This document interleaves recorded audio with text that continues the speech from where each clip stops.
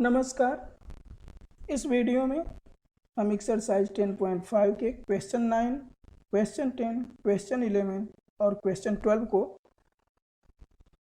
Solve करेंगे। तो पहले स्टार्ट करते हैं क्वेश्चन 9 से। Question is two circles intersect at 2 points B and C through B. Two line segments ABD and PBQ are drawn to intersect the circles at A, D, P and Q respectively. Prove that angle ACP is equal to angle QCD. तो हमें ये दो circles given हैं जिनमें जो point C, point B और point C पर intersect कर रहे हैं। पॉइंट B से दो लाइन सेगमेंट्स ABD और PBQ पास कर रहे हैं। इसके बाद हमने क्या किया, इन पॉइंट्स को ज्वाइन कर दिया। AC joint AC, PC, QC and DC. After this, see here, line segment AD and line segment PQ intersect at point B. So vertically opposite angles must be equal.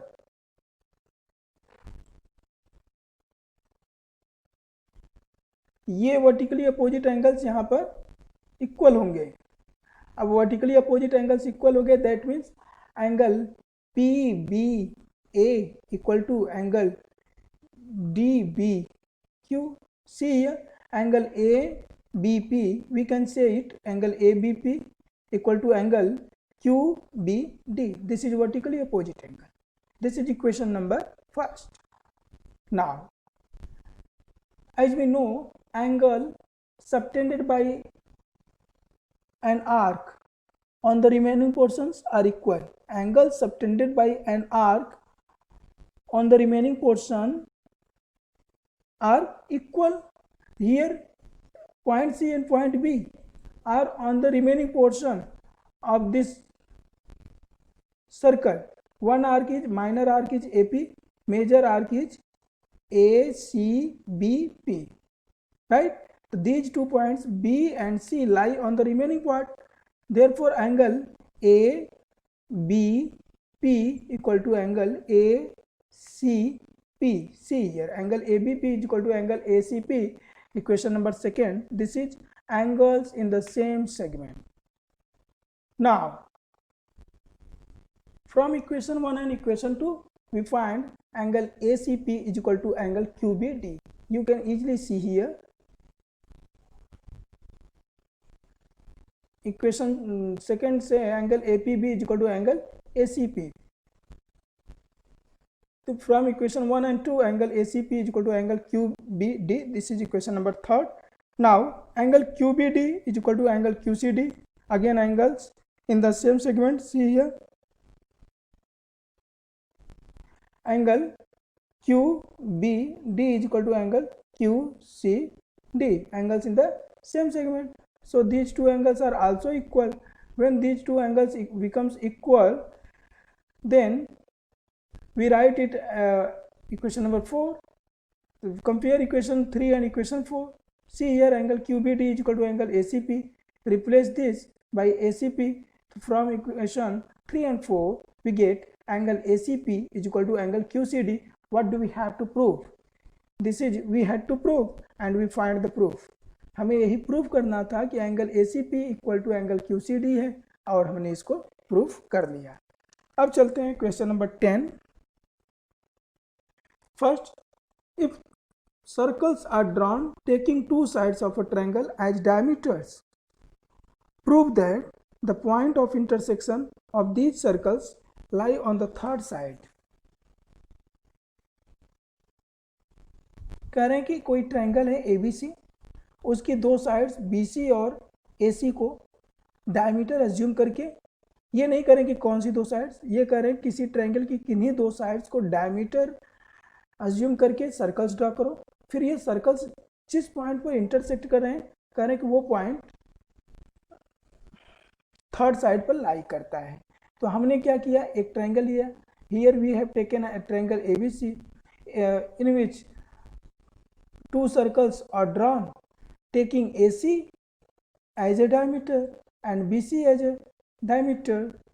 these circles intersect each other at a point D. To prove D lies on the line segment AB, we have to prove D lies on the line segment AB. अब आपको लग रहा होगा ये तो लाई कर ही रहा है, लग रहा है, लेकिन हमें ये प्रूव करना है कि ये जो एंगल्स बनेंगे यहाँ पर दोनों का सम 180 हो जाएगा, जिससे कि ये जो दो एडजेसेंट एंगल्स हैं इनके नॉन कॉमन आर्म्स एक स्ट्रेट लाइन फॉर्म कर दें। अब चलते हैं, कंस्ट्रक्शन किया। कंस्ट्रक्शन में हमने C to D ज्वाइन कर दिया, join C to D। Now prove, we know that angle in a semicircle is right angle, therefore angle BDC is equal to 90 degree. Angle BDC is equal to 90 degree. Why? Because BC is a diameter and we know that angle in a semicircle is 90 degree. Similarly, we can also write angle CDA equal to 90 degree. Here similarly angle ADC equal to 90 degree. Equation 2. Now add equation 1 and equation 2. We get angle BDC plus angle ADC equal to 90 degree plus 90 degree is equal to 180 degree. Therefore ADB is a straight line. So D lies on the third side. अब आप सोच रहे होंगे कि ये straight line कैसे हुआ। हम लोग पढ़े हैं कि जब दो एडजेसेंट एंगल्स का सम 180 डिग्री हो जाता है तो वो दोनों adjacent angles linear pair form कर रहे हैं। लीनियर पेयर फॉर्म करने का मतलब हुआ कि जो नॉन कॉमन आर्म्स होते हैं वो स्ट्रेट लाइन फॉर्म करते हैं। इसमें कॉमन आर्म दोनों एंगल्स में CD is a common arm, non common arms are BD and AD। तो here sum of angles is 180 degree, therefore non-common arms BD and AD will form a straight line, that is AB is a straight line, hence D lies on this side AB. Now come to the proof of question number 11. What is the question? ABC and ADC are two right angled triangles with common hypotenuse AC. Prove that angle CAD is equal to angle CBD. हमको कह रहे हैं कि दो right angle triangles हैं, एक right angle triangle है ABC और दूसरा है ADC, उनका कॉमन आर्म है AC। हमें को प्रूव करना है कि angle CAD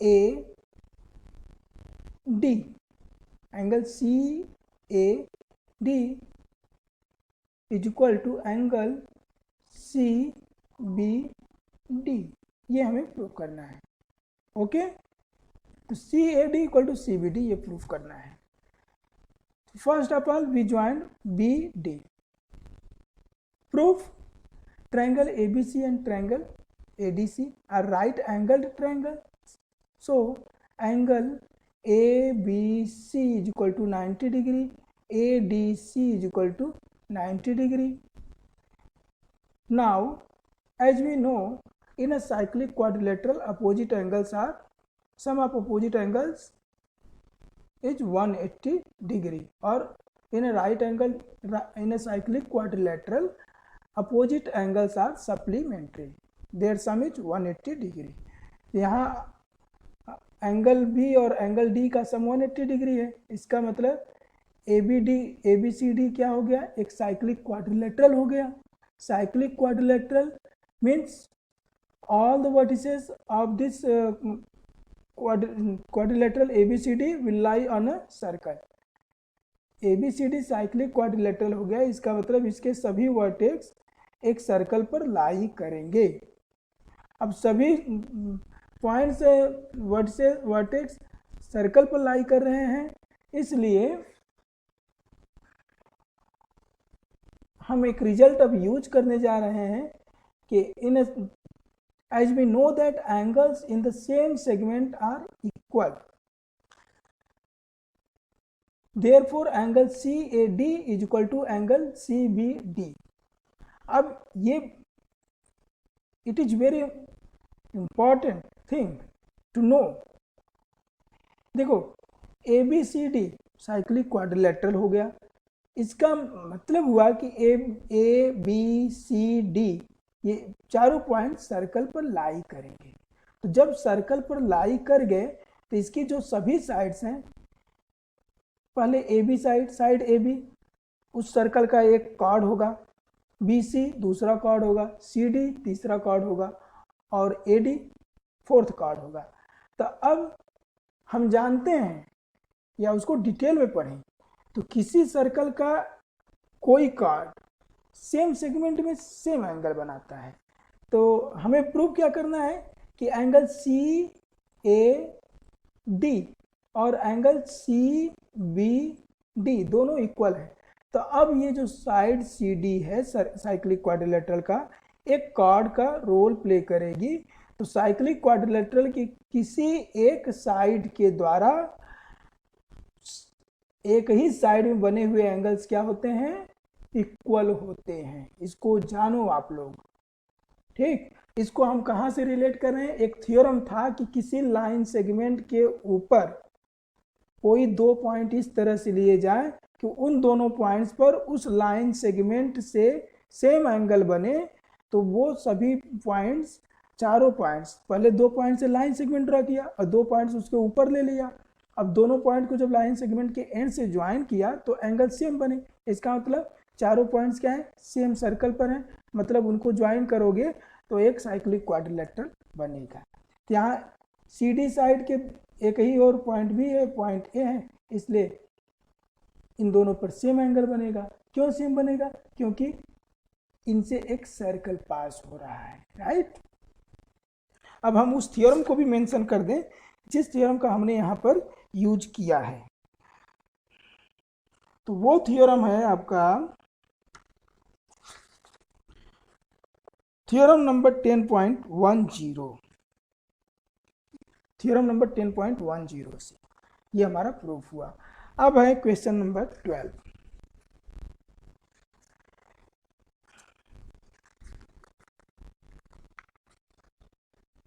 prove that a cyclic parallelogram is a rectangle. Cyclic parallelogram क्या होता है, रेक्टेंगल होता है, ये हमको प्रूव करना है। We are given ABCD is a cyclic parallelogram. We have to prove ABCD is a rectangle.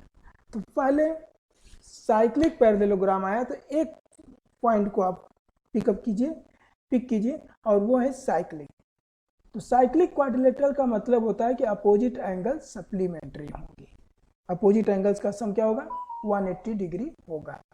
अब पैरेललोग्राम भी है, तो पैरेललोग्राम की प्रॉपर्टी कहती है कि in parallelogram opposite angles are equal. That means angle A equal to angle C होगा। और साइक्लिक क्वाड्रिलेटरल की प्रॉपर्टी से angle A plus angle C 180 है, तो हम इसी प्रॉपर्टी को यूज करेंगे। तो see here proof.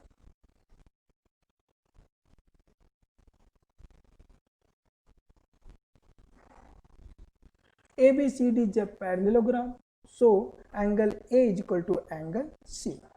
Since ABCD is also a cyclic quadrilateral, so angle A plus angle C is equal to 180 degree. पहले हमने कहा कि ये पैरेललोग्राम है, तो पैरेललोग्राम की प्रॉपर्टी से उसके अपोजिट एंगल्स को इक्वल कर दिया।